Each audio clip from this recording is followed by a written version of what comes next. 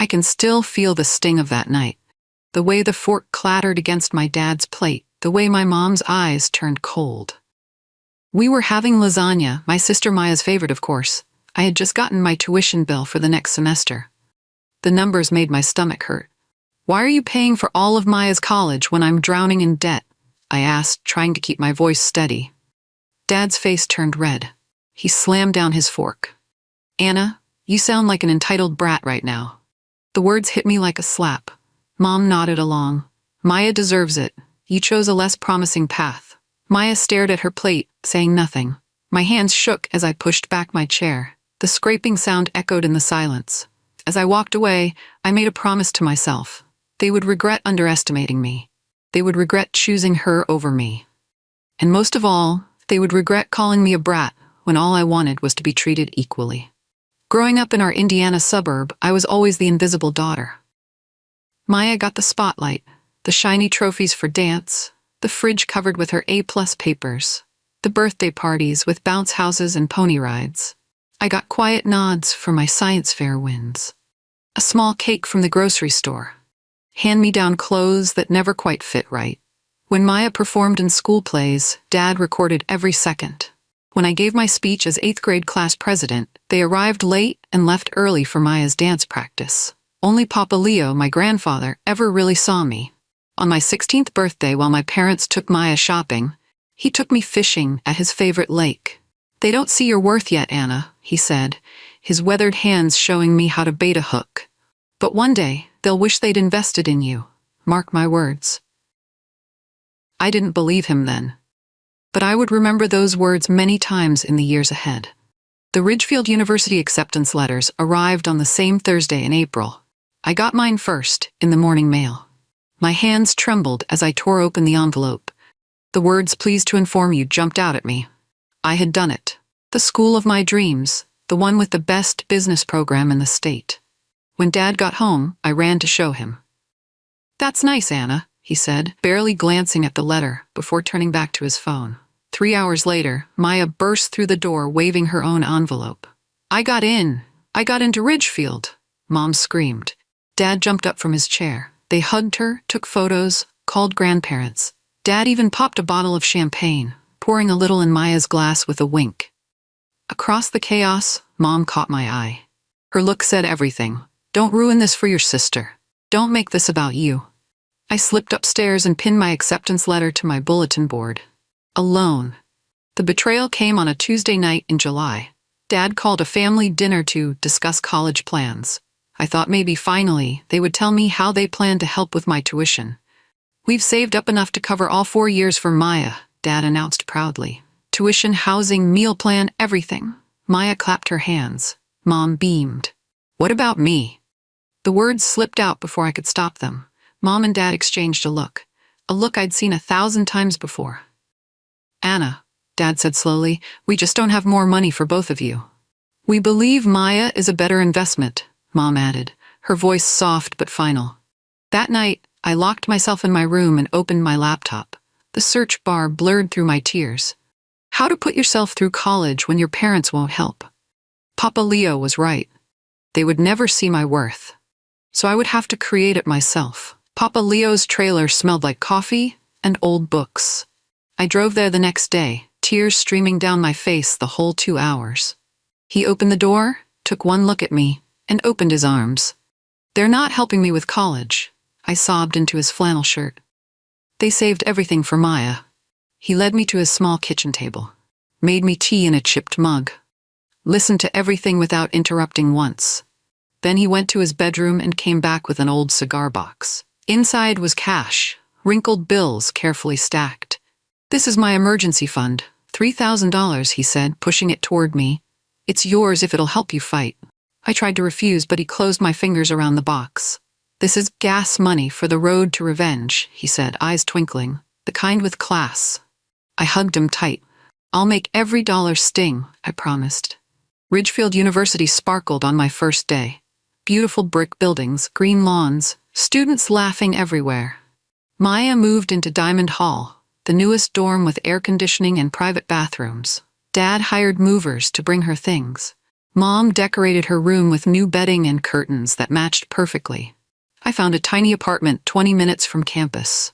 The walls had water stains. The fridge made scary noises. Roaches scattered when I turned on the lights. But the rent fit my budget, barely. If I worked 2 jobs, I taped printed quotes to my bathroom mirror. They were wrong about me. Watch me rise. The best revenge is massive success. My first tuition bill arrived that week. Even with Papa Leo's money and my summer savings, I was short by thousands. My stomach twisted into knots as I applied for emergency loans and more scholarships. This was only the beginning of a very long 4 years. By October, I was barely surviving. Mornings at the campus coffee shop, afternoons in class, evenings at the bookstore, nights studying until my eyes burned. My meals were ramen and whatever day-old pastries the coffee shop let me take home. One Tuesday, after a 19-hour day, I collapsed in the shower. The water ran cold as I sat there, unable to stand, sobbing with exhaustion. My roommate Tessa found me there, still in my work clothes, shivering under the freezing spray. She turned off the water, wrapped me in a towel, and made me tell her everything. "This is crazy, Anna," she said, anger flashing in her eyes. "You can't keep this up." "I don't have a choice," I whispered. Tessa grabbed my shoulders. "You don't go through this alone anymore. We'll figure it out together." Just then my phone pinged. An email from Professor Ramsey, seeking research assistant for department project. Paid position. Your name came up. Professor Ramsey's research lab became my sanctuary. The work was challenging, analyzing market trends for small businesses, but I loved every minute. For the first time, someone valued my brain, my ideas. "You have remarkable insights, Anna," Dr. Ramsey said one evening as we reviewed data. "Your analysis on these startup failures is graduate-level work." I blushed, unused to praise. "Why are you hiding behind survival?" he asked suddenly. "You're wasting your brilliance just trying to get by." His words shook me. I'd been so focused on not drowning that I hadn't thought about actually swimming towards something. The next day, he forwarded an email about a regional entrepreneurship pitch competition. "The prize is $5,000, he noted, "but the connections you'd make would be worth much more." That night, instead of falling into exhausted sleep, I stayed up writing. An idea had been forming in my mind, born from my own struggle to balance work, school, and life. Maybe it was time to stop just surviving. The Midwest Student Entrepreneurship Challenge was held in a gleaming conference center in Chicago.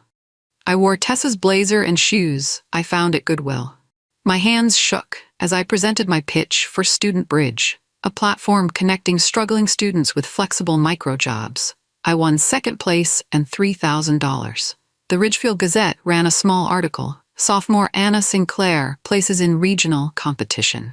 My business professor shared it in class. 2 students asked for my business card. That night, I saw Maya's Instagram post, a selfie in front of the Eiffel Tower. "Spring break in Paris, blessed family vacation." Mom and Dad had commented with heart emojis and "our beautiful girl." I waited for a text or call about my win. Nothing came. The sting was familiar, but somehow sharper now. I forwarded the article to Papa Leo, then shut my phone off and went back to work. Their silence would fuel my fire. Maya showed up at my apartment unannounced in April. She wrinkled her nose at the peeling wallpaper and the sagging futon that doubled as my bed. "This is quaint," she said, peering into my fridge. "Do you really eat ramen every day? That's so sad." Something inside me snapped. "Sad? You want to know what's sad, Maya? Watching our parents fund your entire life while I work until I'm sick. Having them call me a brat for asking why they treat us so differently. Winning an entrepreneurship award and getting complete silence while they gush over your vacation photos." Maya's eyes widened. "I didn't ask them to do that," she said quietly. I laughed bitterly. "But you never stopped them either, did you? You just took and took and took." She left without another word. That night, for the first time, I didn't feel guilty for speaking my truth. November of junior year brought disaster. The campus coffee shop cut everyone's hours, budget problems. My careful financial plan collapsed overnight. Rent was due in 2 weeks. My textbooks for next semester would cost hundreds I didn't have. I sat on the floor of my apartment, bills spread around me like fallen leaves, and calculated how long until I'd have to drop out. The answer? 1 month. When I told Dr. Ramsey I might need to step back from research, his eyes narrowed. Absolutely not, he said firmly. You're the best assistant I've ever had. By that afternoon, he'd arranged a new position for me, lab manager with double the hours and higher pay.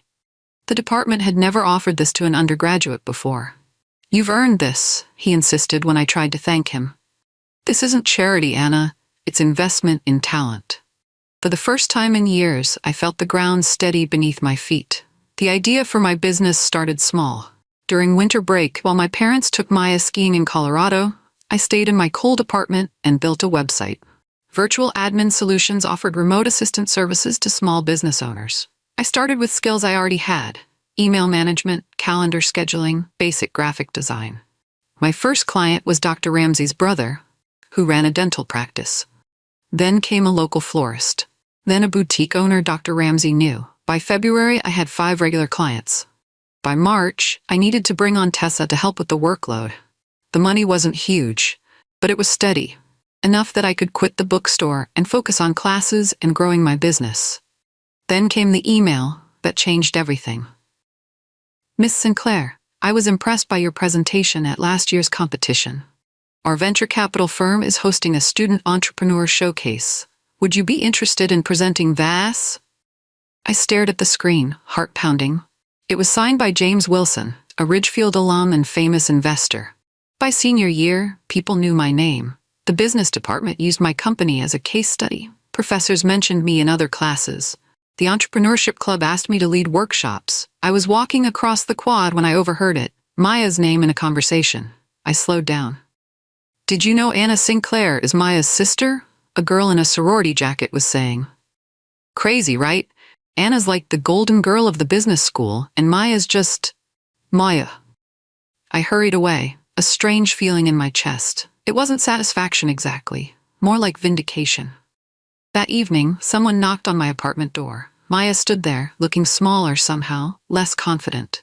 I need your help, she whispered, eyes red from crying. I'm failing my thesis project. If I don't pass, I won't graduate. Please, Anna, you're the only one who can save me. Looking at her, I felt a strange mix of pity and power.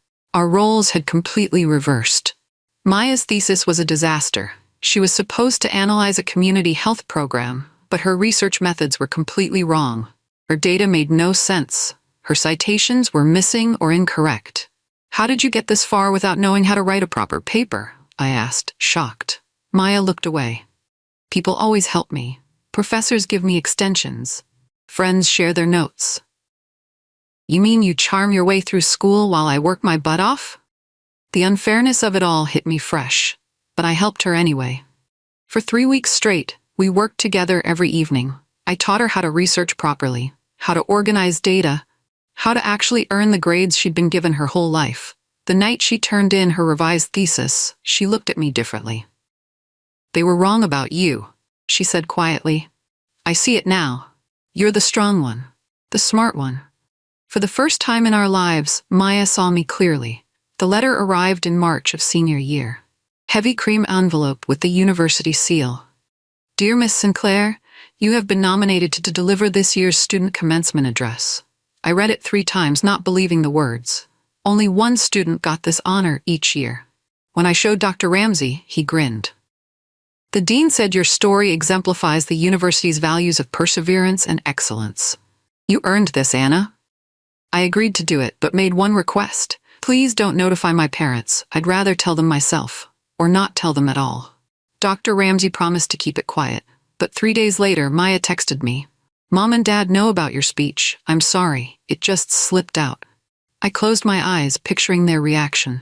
Would they finally be proud? Or would they find a way to make this about Maya too? Either way, I would stand on that stage and tell my truth. 2 nights before graduation, my parents insisted on hosting a family dinner at an expensive steakhouse. Aunts, uncles, cousins, everyone was there. Most of them I hadn't seen in years. Anna, we hear you're giving a big speech, Uncle Rob said as we took our seats. My parents exchanged a look. Is it true you started a business? Aunt Kathy asked. Maya mentioned something about it.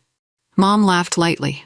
Oh, it's just a little side project. Anna's always had a thing for attention. Dad nodded. Let's focus on both girls graduating. Such a proud moment for our family. Uncle Nate, Papa Leo's son, slammed down his water glass. Attention? Or actual accomplishments? Have you even seen what Anna's achieved? Or are you still too busy watching Maya exist? Silence fell over the table. My cheeks burned. Mom looked away. As we left, Papa Leo pressed a small gift box into my hand. Don't open it until tomorrow, he whispered, right before you show them all who you really are. Graduation day dawned sunny and perfect. I put on my cap and gown in my apartment, thinking about how far I'd come. 4 years of exhaustion, doubt, and determination had led to this moment. Papa Leo's gift was a delicate silver bracelet that had belonged to my great-grandmother. She was underestimated too, his note read. Wear this and remember your strength. At the ceremony, I sat with the other graduates until the university president called my name. And now, our student speaker, who is also this year's valedictorian, Anna Sinclair. The crowd's applause washed over me as I walked to the podium. I spotted my family, Mom and Dad looking confused, Maya with a small smile, Papa Leo beaming with pride. 4 years ago, I was called an entitled brat for asking why I deserved less than my sister, I began. The crowd went silent. Today, I stand before you having worked 3 jobs, built a business, and graduated with honors, all without the support others take for granted. I saw my parents shift uncomfortably in their seats. And I'm proud to announce, the university president said after my speech, the establishment of the Anna Sinclair Grit Scholarship, which will support students who demonstrate exceptional perseverance in the face of obstacles. The crowd erupted in applause. I looked toward my family's seats. Mom's face had gone white. Dad stared straight ahead, jaw tight. Miss Sinclair not only maintained a perfect GPA while working multiple jobs, the president continued, but she also built a 6-figure business that now employs 5 other students, all without any financial support. People turned to look at my parents. Whispers spread through nearby rows. The weight of public judgment fell on them like a spotlight. Only Maya stood up, clapping loudly, tears streaming down her face. Our eyes met across the distance. And she nodded once, an acknowledgement, an apology, a promise. For the first time, I felt not just seen, but celebrated, and my parents couldn't look away. After the ceremony, people crowded around me with congratulations. Dr. Ramsey introduced me to potential investors. Former professors asked for my business card. Through it all, my parents stood awkwardly at the edge of the crowd. Finally, they approached. Dad's smile looked forced. Why didn't you tell us about all this? He asked, waving his hand vaguely. The valedictorian thing? The business? We had no idea. I looked him directly in the eyes. You told me I wasn't worth the investment. Mom flinched as if I'd slapped her. You were wrong, Maya said, stepping up beside me. And now everyone knows it. Dad opened his mouth, closed it again. For once in his life, he had nothing to say. I turned away from them and back to the people who had actually supported me, my friends, my mentors, my real family, the ones who had seen my worth from the beginning. My graduation party wasn't at my parents' house. It was at Dr. Ramsey's beautiful Victorian home, filled with professors, classmates, and clients from my business. Papa Leo gave a toast that made me cry. To Anna, who made it without needing a damn thing from them, who proved that the brightest stars shine even when no one's watching. On the mantel, I displayed my most precious possessions. The newspaper article about my business competition, my valedictorian stole, the scholarship announcement with my name on it. Proof that I had succeeded not because of my family, but despite them. As the party wound down, Maya pulled me into the quiet kitchen. I want to learn from you, she said earnestly. Not just about business, but about standing on your own. I've never done that before. I studied my sister's face. The old Maya would have been jealous, competitive. This Maya looked genuinely lost. It's not easy, I warned her. I know, she replied. That's why I need to learn. 2 weeks after graduation, Mom texted asking if we could meet for lunch, just the 3 of us. I almost said no, but curiosity won out. We met at an upscale restaurant downtown. They were already seated when I arrived, both looking uncomfortable. After awkward small talk, Dad cleared his throat and pulled out a check. We want to help with a security deposit for a nice apartment, he said, sliding it across the table. A graduation gift. I didn't touch it. I earn more than Dad now, I said quietly. I don't need your money. Mom's eyes filled with tears. We were wrong, Anna, she whispered. So wrong about everything. I waited for more, for a real apology, for acknowledgement of the years of favoritism, for something that showed they truly understood what they'd done. But they just stared at me expectantly, as if those few words should heal everything. I stood up, leaving the check untouched. Being wrong and being sorry aren't the same thing, I said and walked out. That night I couldn't sleep. Their faces kept appearing in my mind. The hope in their eyes when they offered that check, the shock when I refused it. Part of me had enjoyed their discomfort, their shame, but another part felt hollow. I called Papa Leo at midnight. "Am I wrong to not forgive them?" I asked. His voice was gentle. "Forgiveness isn't about them, Anna. It's about freeing yourself." I thought about that for a long time, about how much energy I'd spent proving my worth to people who couldn't see it, about how that anger had fueled me, but also drained me. Forgiveness isn't approval, I realized aloud. It's freedom. The next morning, I texted my parents. "I'm not ready for a relationship on your terms, but I'm open to building something new, with boundaries and respect." As I pressed send, my phone rang. It was Ridgefield University. "We'd like to offer you a full scholarship for our MBA program," the dean said. "Your story has inspired a lot of people, Miss Sinclair." By the end of summer, my business had grown enough to need real office space. As I signed the lease on a small suite downtown, I made another decision: to launch the Bridge the Gap Foundation, a nonprofit arm that would fund scholarships for students like me. Our first recipient was Zoe Chen, a brilliant accounting major who worked night shifts at a nursing home. When I handed her the check, her hands shook.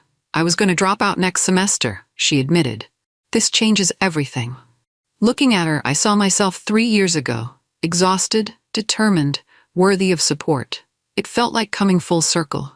That evening, I received an unexpected email from Maya. "I want to volunteer with Bridge the Gap. I have a lot to learn, but I want to help. No strings attached." I smiled at the screen. Maya was trying to find her own way, separate from our parents' expectations. That took courage I hadn't given her credit for. "Come by the office tomorrow," I wrote back. "We could use the help." November brought cold winds and a difficult phone call. Papa Leo needed to move to assisted living. His arthritis was getting worse, and living alone wasn't safe anymore. I drove to his trailer to help him pack. Sorting through decades of memories, we laughed and cried together. "I saved something for you," he said, opening his bedside drawer. Inside was a silver and turquoise bracelet, clearly antique. "This belonged to your great-grandmother," he told me, fastening it around my wrist. "She built a business during the Depression when no one thought a woman could. You remind me of her." I traced the delicate design with my finger. "Thank you for believing in me when no one else did." He squeezed my hand. "You've rewritten our family's legacy, Anna. That's worth more than any fortune." As I drove home, my phone pinged with an email notification. The subject line read, "Midwest Business Magazine, cover story request." They wanted to feature me and Bridge the Gap in their annual 30 Under 30 issue. The magazine photo shoot took place in my new office. Professional lights made the space look bigger, more impressive. The photographer positioned me at my desk, the Bridge the Gap logo visible behind me. "One last question," the reporter said as we finished the interview. "What advice would you give your younger self? The girl who was called an entitled brat for wanting equal treatment." I smiled, thinking about how far I'd come, about the struggling freshman crying in a cold shower, about the speech that changed everything, about forgiveness that came on my terms, not theirs. "Being called entitled was the best thing they ever did," I said finally, "because they made me prove to the world and to myself just how wrong they were." The camera flashed one last time. The reporter nodded, satisfied. As they packed up their equipment, I stood at my office window watching the city below. My parents and I were slowly rebuilding on new ground. Maya was finding her own path, and I was helping others write their own success stories. Sometimes the people who believe in you the least ignite the fire that turns you into everything they never saw coming.